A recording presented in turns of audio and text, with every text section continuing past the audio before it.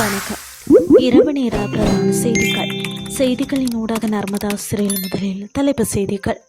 கந்தலாயில் நச்சு விதை உட்கொண்ட 22 பாடசாலை மாணவர்கள் மருத்துவமனையில் அனுமதி.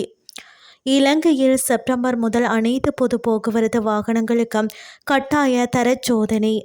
தனது புதிய தலைவரை அறிவித்தது கமாஸ் அமைப்பு. இனி விரிவான செய்திகள்.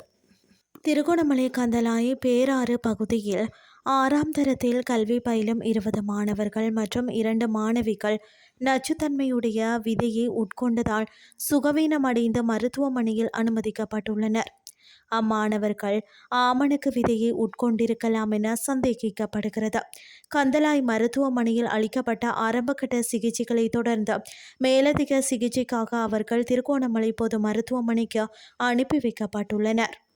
இலங்கையில் எதிர்வரும் செப்டம்பர் மாதம் முதல் பேருந்துகள் உள்ளிட்ட அனைத்து பொது போக்குவரத்து வாகனங்களுக்கும் விரிவான தர மற்றும் தொழில்நுட்ப நிலை சோதனைகள் கட்டாயமாக்கப்பட உள்ளன. ஓட்டுநர்களின் அலட்சியம் மற்றும் வாகனங்களில் உள்ள தொழில்நுட்ப குறைபாடுகளே பொது போக்குவரத்து விபத்துகள் அதிகரிப்பதற்கு முக்கிய காரணங்கள் என சாலை பாதுகாப்புக்கான தேசிய சபையின் தலைவர் மஞ்சுளா குலரத்ன தெரிவித்துள்ளார். இதனை கட்டுப்படுத்தும் வகையில் அனைத்து வாகனங்களின் தொழில்நுட்ப நிலைமைகளை ஆய்வு செய்ய நடவடிக்கை எடுக்கப்பட்டு வருகிறது.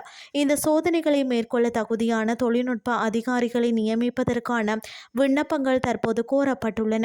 ஆட்சேர்ப்பு நடவடிக்கைகள் நிறைவடைந்ததும் செப்டம்பர் மாத இறுதிக்குள் நாடளாவிய ரீதியில் இந்த வாகன பரிசோதனை திட்டம் முழுமையாக நடைமுறைக்கு வரும் என எதிர்பார்க்கப்படுகிறது.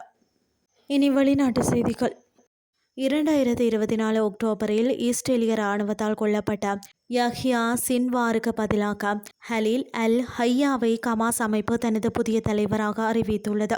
பாலஸ்தீனிய குழுவின் முன்னாள் துணைத் தலைவரும் அதன் தலைமை மன்றத்தின் 5 உறுப்பினர்களில் ஒருவருமான அல் ஹையா கமாஸின் முன்னாள் அரசியல் தலைவர் காலித் மொசாலுக்கு எதிராக நடத்தப்பட்ட உட்கட்சி வாக்கெடுப்பின் இறுதி சுற்றில் வெற்றி பெற்றுள்ளதாக அந்த அமைப்பு திங்கட்கிழமை வெளியிட்டுள்ள அறிக்கையில் தெரிவித்துள்ளது.